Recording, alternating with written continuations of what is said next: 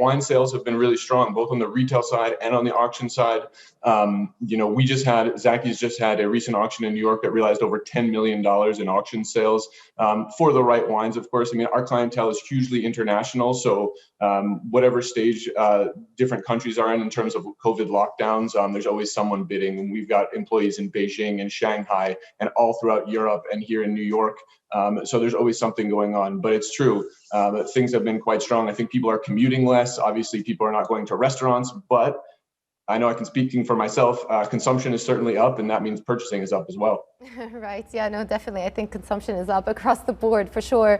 I just want to ask you, again, taking it back to the investment thesis, we are seeing a lot of money pour into alternative assets this year, as you mentioned, and one of them, I guess, is wine, but we've also seen it in new asset classes like Bitcoin and cryptocurrency, gold, anything that has more tangible value, and wine is definitely in that category.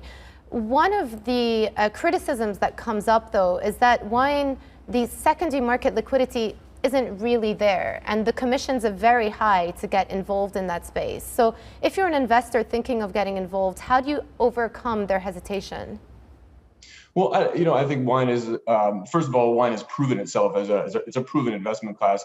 But you're right. I mean, like most investments, I mean, it's not a get-rich-quick scheme. I mean, wine has been around for hundreds of years. Investment-grade wine has been around for hundreds, sometimes thousands of years. And the key thing is to know what you're getting into, do your research, make sure you know what wines to invest in, just like you would with anything, with a stock, with a business. And then, you've got to hold on to it for a long time. I mean, wine is an investment that increases slowly, but also drastically. I mean, I've been doing this for 15 years, and even in that short period of time, some of the wines that we deal with are up 10, 100, tenfold or 100-fold even in that period of time. So it's more about just knowing what you're doing and being prepared to be in it for the long run. Charles, you mentioned some particular geographies that have done well recently, and I see in your latest notes that the top-selling locations are London, Hong Kong, and New York, as always. Of course, the big topic on people's minds here in the UK is Brexit, and I'm curious whether you have any indication of whether people are changing their behavior around the Brexit situation, and whether you think London will be able to retain its top spot.